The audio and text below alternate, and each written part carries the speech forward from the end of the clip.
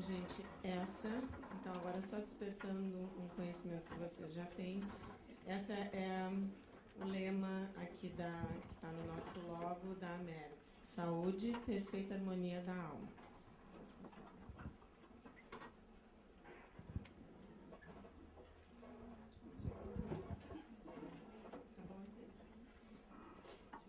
Esse é o que eu indiquei para vocês, né? O nosso para a gente pensar, para a gente ir reavivando essa verdade que já está dentro da gente. E esse livro que eu recomendo, A Essência dos Ensinamentos de Buda, do Thich Nhat Hanh. Então ele conta um pouquinho, ele é muito acessível, né? Para gente que não tem muito conhecimento do budismo. E ele conta, claro, né, a história do Buda, rapidamente, e de como aos 29 anos, então, Siddhartha Gautama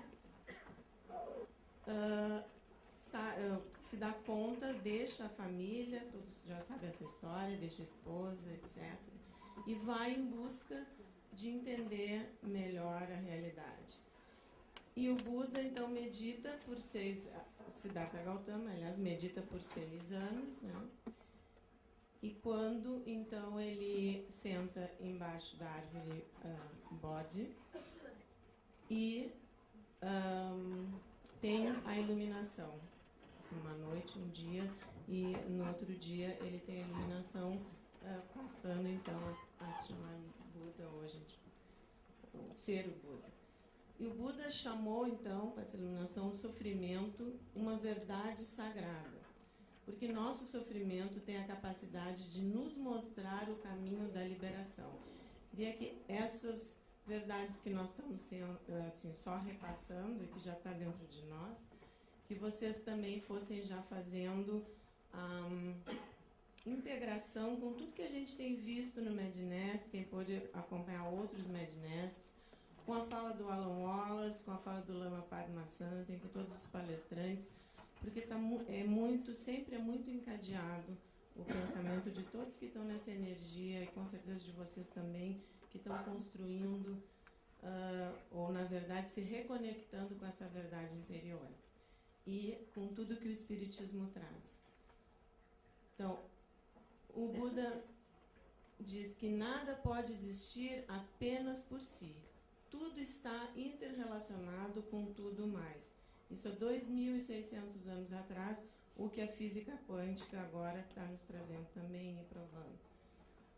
Ou melhor, está fazendo com que a gente consiga perceber. Todos os seres contêm em sua natureza o potencial para despertar. É o que Buda diz. Eu comprei lá no Caminho do Meio em Viamão, para me lembrar sempre, um dizer, tinha uma coisinha, um quadrinho para botar, né, na parede, que dizia: só há uma hora de despertar, a hora é agora. O Leandro estava falando do aqui e agora. No discurso, então, do Buda, girando a roda do Dharma, de 2.600 anos atrás, ele ensina o caminho do amor e da compreensão. 3 pontos caracterizam este sutra: os ensinamentos sobre o caminho do meio e sobre as 4 nobres verdades, e o envolvimento com o mundo, porque para Buda nós estamos aqui para nos envolvermos com o mundo. Pode passar o próximo. O ensinamento sobre o caminho do meio é, como diz, o caminho do meio. Não é nem os ascetas, eu acho que se chamam, né? Aqueles que meditaram com ele, os 5 aqueles.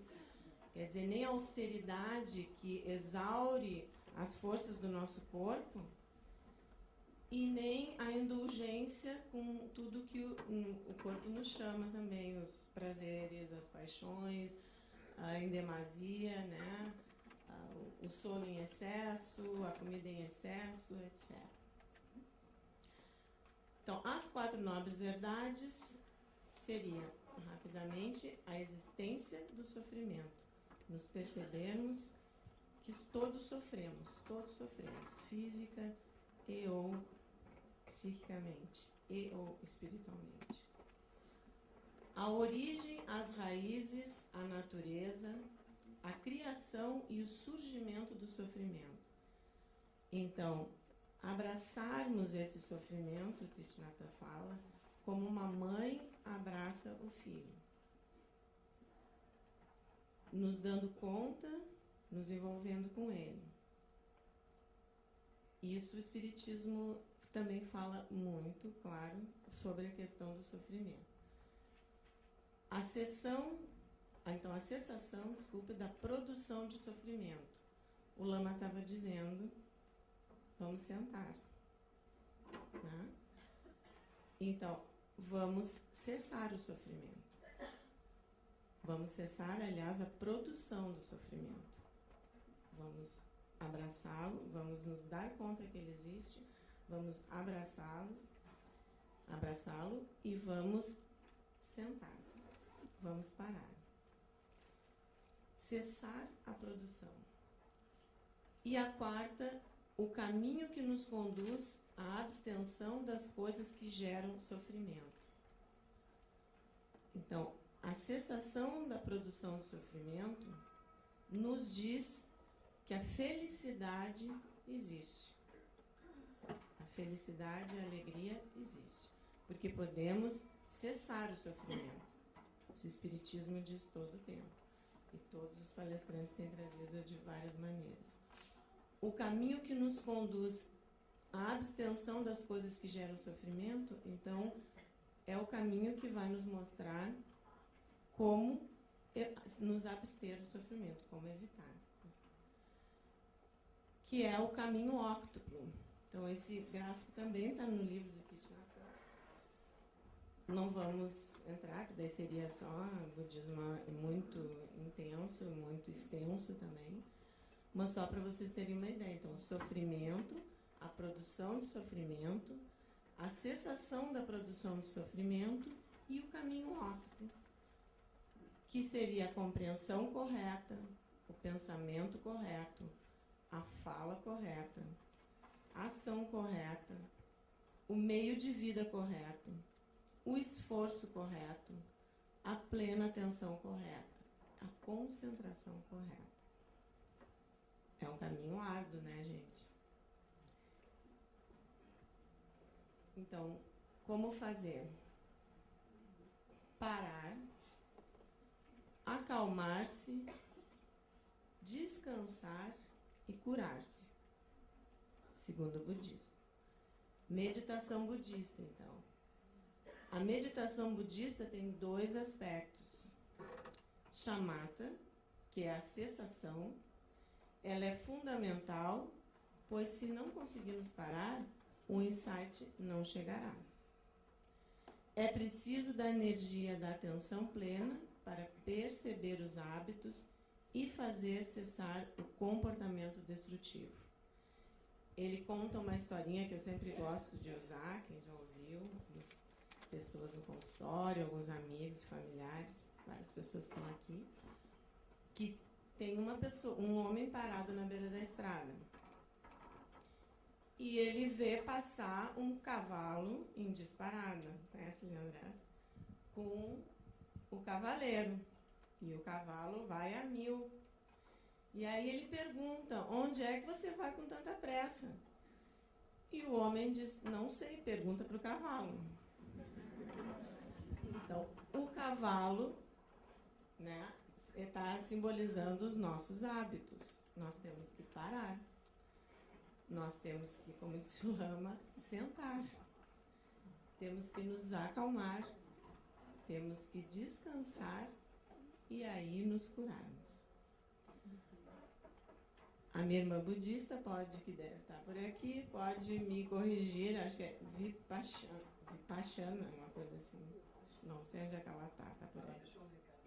Ah, ela teve que sair, então tá. Então que bom, ela não pode me corrigir, a não sei que tem outro budista aqui. Vipassana, uma coisa assim. É o olhar em profundidade.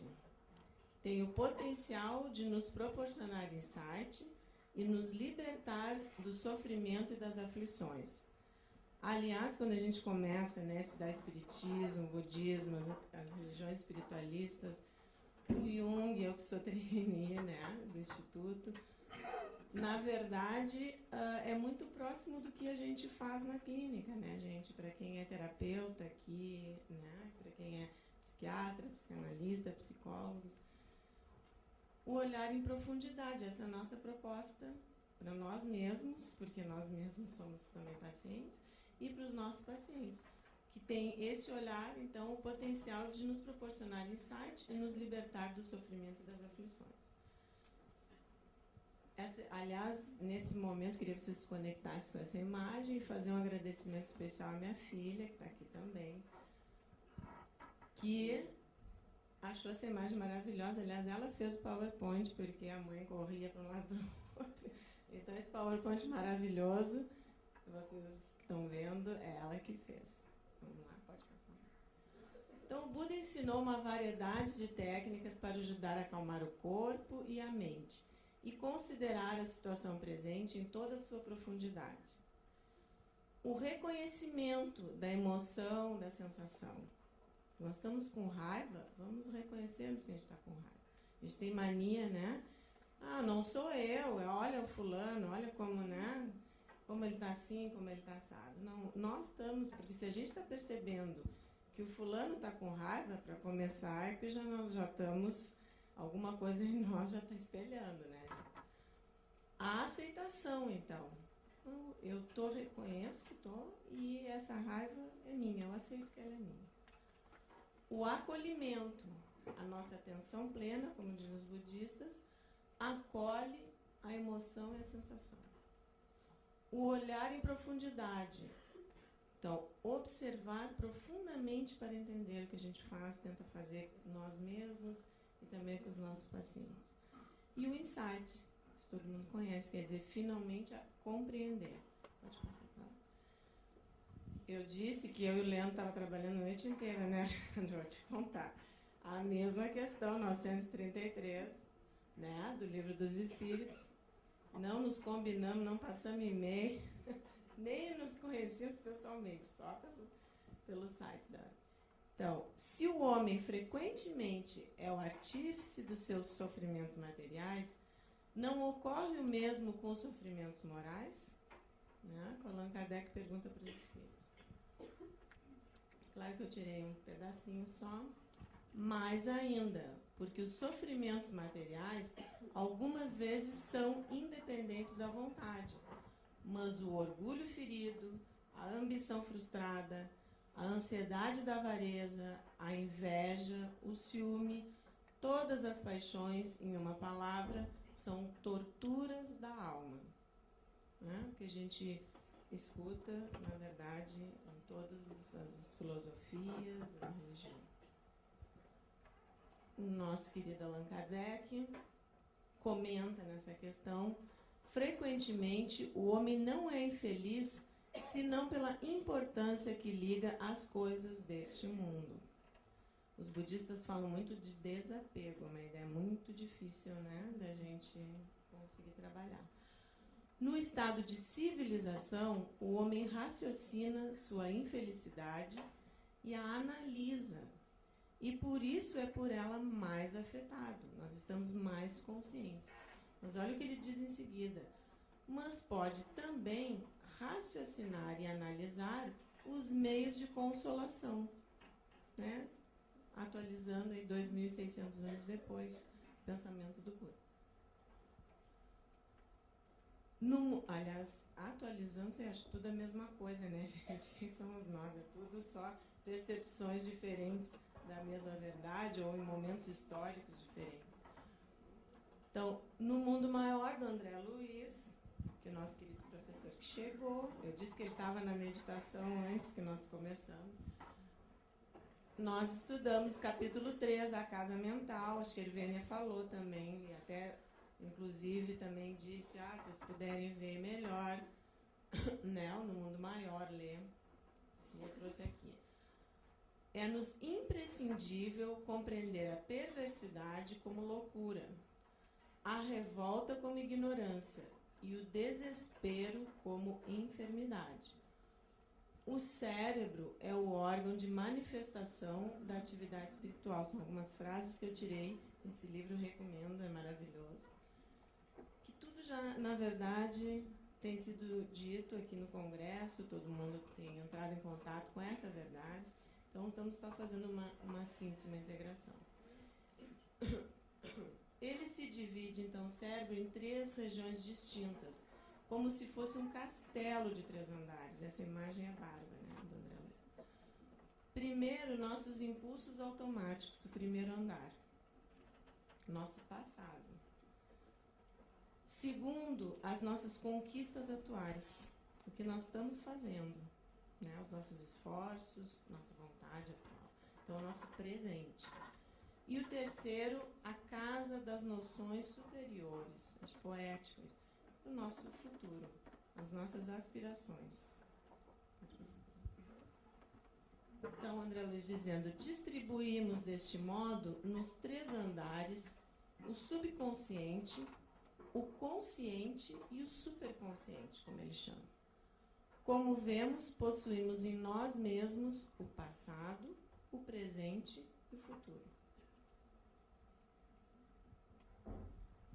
E no capítulo 4, em que ele fala estudando o cérebro, ele chama, então ele diz, para que a nossa mente prossiga na direção do alto, é indispensável se equilibre, valendo-se das conquistas passadas para orientar os serviços presentes e amparando-se, ao mesmo tempo, na esperança que flui cristalina e bela da fonte superior de idealismo elevado. É poético, né? André Luiz é fantástico. Pode passar o próximo. E no capítulo 8, no Santuário da Alma, ele coloca que é impossível pretender a cura à força de processos exclusivamente objetivos. É indispensável penetrar a alma, devassar o cerne da personalidade, melhorar os efeitos, socorrendo as causas, que nós fazemos também todos os dias na nossa prática, né? Porque, como já disseram em outras palavras, né, e que o Jung traz isso, é a psique que é a alma, né, gente, em grego. Então, eu também recomendo esse livro, o Dalai Lama Fala de Jesus. Tem para vender ali, eu vi na livraria.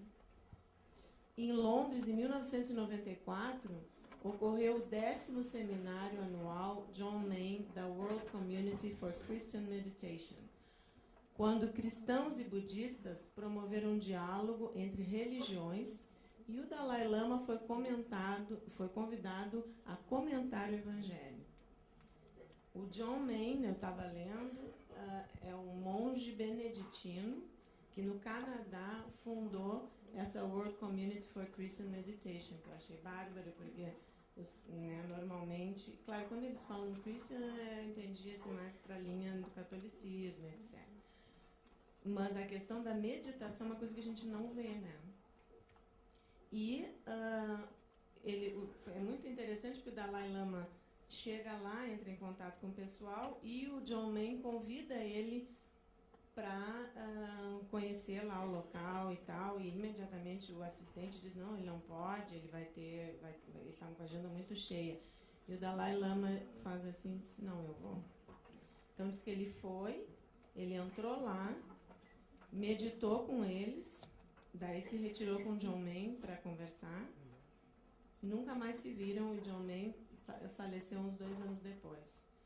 E aí, então, nesse 10º seminário, que daí o pessoal continuou e instituiu, convidaram o Dalai Lama.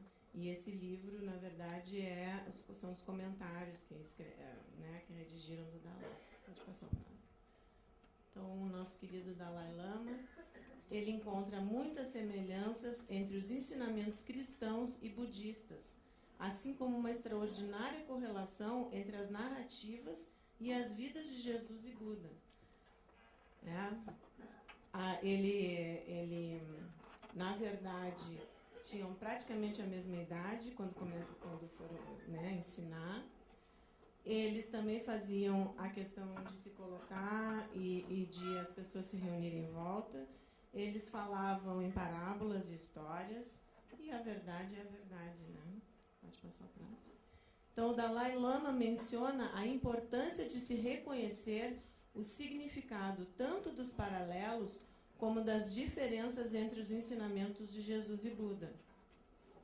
Ele diz que o significado desses pontos de convergência e de distanciamento entre religiões se encontram, olha que bacana, gente, nas necessidades psicológicas e espirituais dos seus praticantes. Eu não sei se o Dalai Lama leu Jung, né, Gelson? Mas é o que o Jung fala. As pessoas têm necessidades diversas que são preenchidas pelas particularidades únicas, as diferenças de cada religião. A verdade é a mesma, os caminhos que são diferentes, todos chegaremos lá um dia. E no livro, né, quem está escrevendo coloca isso. Será a fé em Cristo uma maneira de encontrar a verdade, enquanto a fé em Buda representa outro caminho? É o que o Jung achava quando disse que cada rota representava o verdadeiro self, para o Ocidente e para o Oriente, respectivamente. Mais uma vez, essa imagem maravilhosa aí que a minha guria achou, são as mãos, e se vocês perceberem, formam o símbolo do Yin e Yang, né?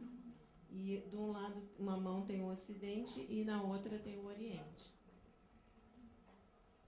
Essa, gente, então, o Dalai Lama é o capítulo em que ele comenta o Sermão da Montanha, as Bem-aventuranças.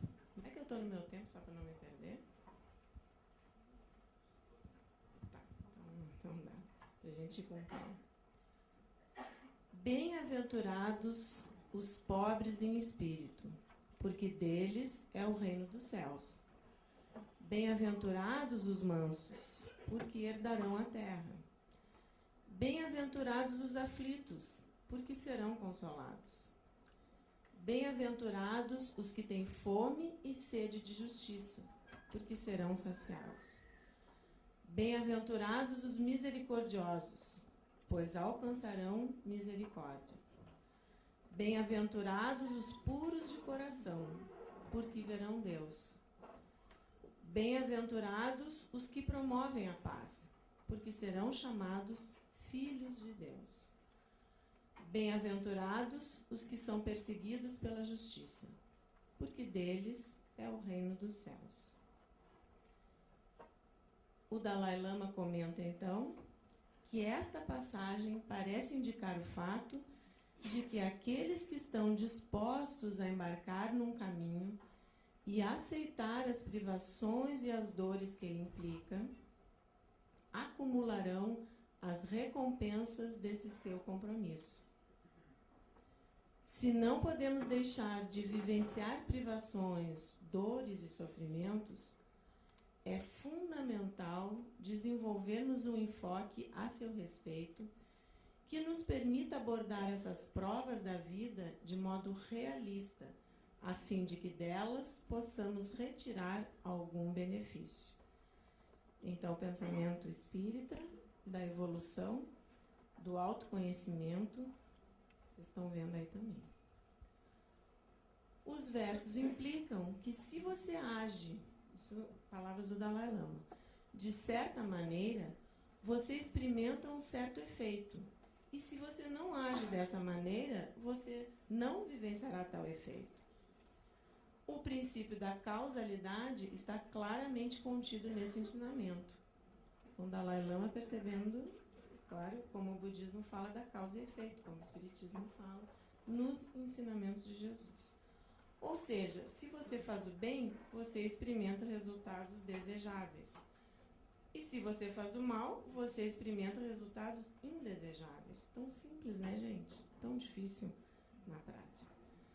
Essa mensagem ética fundamental parece ser inerente a todas as mais importantes tradições espirituais. Não poderia deixar de ser. E aí, nosso querido Jung. Então, um texto que eu achei importante para fazer a integração a diferença existente entre o pensamento oriental e o pensamento ocidental. É de 1939.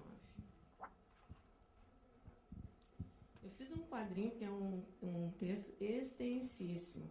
Eu tenho mania de usar a minha família, tenho que agradecer a todos da minha família que estão. Aliás, todos vocês, que nós somos a família espiritual. Se nós estamos aqui, com certeza, nós estamos todos na mesma sintonia. E eu tenho mania de envolver todo mundo. Então, para ver se era uma coisa, né, palatável e tal, teve uma tarde aí, minha tia, todo mundo estava lá, minhas irmãs. Aí, não, gente, mas isso é muito complicado, eu não estou entendendo. Como é que o pessoal vai entender? Então, eu tentei resumir e ver de uma maneira que ficasse assim, mais claro, mais objetivo. Vamos ver o que vocês acham. Então, de um lado o Ocidente, do outro o Oriente. Resumindo, tentando um pouco o pensamento do Jung, que é bem complexo. Então, Jung diz que no Ocidente o espírito é uma função, é visto como uma função da psique, a mentalidade de um indivíduo. No Oriente, o espírito é visto como um princípio cósmico, a existência do ser em geral. A psique é o sopro que tudo penetra, ou seja, a natureza de Buda. Eu queria que vocês fossem pensando também em tudo que vocês sabem sobre espiritismo, espiritualismo. No Ocidente, então, existiria um conflito entre ciência e religião. Mas, gente, isso é 1939, né? Agora nós não temos mais esse conflito, agora nós já estamos evoluindo. Então, existiria o conflito entre a ciência e a religião. A ciência se baseia na paixão pelos fatos e a religião na fé. No Oriente, não existe conflito entre ciência e religião. Existe um conhecimento religioso e uma religião cognoscitiva. No Ocidente, então, o homem é infinitamente pequeno. A graça de Deus é tudo. Vem de fora, né, a graça. A redenção é sancionada por Deus, por Ele. No Oriente, então, para o pensamento oriental, o homem é Deus e se salva por si próprio. Acredita na autorredenção, o Oriente. No Ocidente, a realidade psíquica é um conceito discutível, da mesma forma que a psique ou o espírito. Na verdade, nós temos discutido muito a realidade psíquica, né? Para o Oriente, então, ele se baseia na realidade psíquica, na verdade, enquanto condição única e fundamental da existência. O pessoal medita um monte, gente. Os praticantes. No Ocidente, então, o ponto de vista para o Jung é extrovertido. A introversão é encarada como uma anomalia, um caso patológico. O Freud identificou-a como uma atitude autoerótica do espírito. Para o Oriente, o ponto de vista é introvertido. A extroversão é considerada um apetite ilusório e enganador, como a existência no samsara. O samsara é a roda das reencarnações, né, para quem não sabe. Então, no Ocidente, a consciência reflexa é impensável sem um eu. Pensar sobre mim mesmo, né? Refletir sobre as minhas questões. Então, é impensável sem um eu. Ela se equipara à relação dos conteúdos com o eu. O eu é o centro. Se não existe o eu, estará faltando alguém que possa se tornar consciente de alguma coisa. O eu, portanto, é indispensável para o processo de conscientização no Ocidente. No Oriente, eles concebem na verdade, só uma parte. O Jung estava comentando basicamente o budismo tibetano. Tá? Oi. Então vamos mais rápido. O Oriente concebe uma consciência sem um eu. O eu poderia mesmo desaparecer num estado superior. Seus conteúdos parecem estar relacionados com o sujeito apenas frouxamente, E os estados que pressupõem um eu debilitado parecem ser os mais importantes. Então, para nós, um eu debilitado é muito perigoso. Nós estamos perto da psicose se nós já não chegamos lá. E para o Oriente, é tranquilo, eles buscam um eu debilitado. Então, gente, existe, né, vamos combinar, um certo conflito. No Ocidente, o inconsciente é considerado pano de fundo obscuro da consciência reflexa, obscuro. E no Oriente, no inconsciente estaria a consciência reflexa superior. No Ocidente, o consciente é que decide arbitrariamente contra o inconsciente, porque tudo quanto procede do interior do homem é por preconceito considerado como algo inferior ou não inteiramente correto. Eu tenho todos os trabalhadores da área de saúde mental que estiverem aqui sabem como é difícil, né? Porque normalmente, e nós mesmos como pacientes, a última coisa que a gente faz é dar o braço a torcer. Eu preciso de ajuda, eu preciso me entender melhor, eu preciso me conhecer melhor e não estou conseguindo, então eu preciso ir atrás dessa ajuda. No Oriente, então, a sublimação consiste em retirar o centro de gravidade psíquica da consciência do eu. Tiramos a importância da consciência do eu. Então, no Ocidente existe uma valorização do homem exterior e no Oriente uma valorização do homem interior. E aqui eu queria que vocês se lembrassem de novo da questão do espiritismo, que na verdade traz essa valorização do homem interior todo o tempo. Né? A proposta é olharmos para nós mesmos. A proposta é a questão de nos responsabilizarmos, como estava dizendo o pessoal antes, o Leandro, de vermos onde está a nossa atenção, bem budista também, essa tua fala. Onde está a nossa atenção, o que estamos percebendo, o que estamos valorando, nos responsabilizarmos pelas nossas ações, né, pelo direcionamento que damos à nossa vida para podermos evoluir. Pode passar para nós. Então, para o Jung, seria mais lógico admitir o conflito entre o pensamento oriental e ocidental. E aí, então, procurar ver se não existiria no inconsciente uma tendência introvertida que se assemelhasse ao princípio espiritual básico do Oriente. E aí eu coloco espiritismo, porque, na verdade, do que eu li até agora, acho que o Jung teve bastante contato, mas não aparece, assim, não dá para perceber que ele tem ali do Kardec, etc. Estava tudo muito iniciando, né, gente? Mas, na verdade, como eu falei para vocês, a proposta do espiritismo é essa questão do olhar interior também, de nos responsabilizarmos por nossa evolução. Então, mas a extroversão, Jung coloca, ocidental, também se justificaria, pois parece que a sua psique tem um conhecimento intuitivo da dependência do homem em relação ao inconsciente. Estava me lembrando para um outro trabalho que eu fiz, que o Ken Wilber, quem é da transpessoal conhece ele, ele diz que a grande contribuição da psicologia ocidental é o conceito de repressão, né, que começa lá com Freud, os mecanismos de defesa, etc., e, na verdade, que os grandes mestres, inclusive, claro, do Oriente, muitas vezes se perdem no caminho da iluminação por não reconhecer a sua sombra, né, gente? Então, todos nós temos. No entanto, pelo fato do inconsciente ser a matriz espiritual, olha que bacana o que ele fala, ele traz consigo a marca indelével do Criador. É o lugar onde se dá o nascimento das formas de pensamento, como é também o Espírito Universal. Então, uma atitude introvertida provoca as manifestações características do inconsciente. Então, por isso que quando lá o Leandro estava torturando vocês, vão fechar os olhinhos, etc., né? Ninguém quer voltar. Porque se a gente está na paz, né, se não é uma coisa sofrida, a gente quer ficar naquele local. A gente tem dentro da gente. As formas arcaicas, então, de pensamento impregnadas de sentimentos ancestrais ou históricos, o sentimento de indeterminação, o inconsciente não tem forma, né? Quem é que pode dizer a forma do inconsciente? E os budistas falam isso, né? Que não existe formas, né? Porque eles estão todo o tempo nessa questão da introversão.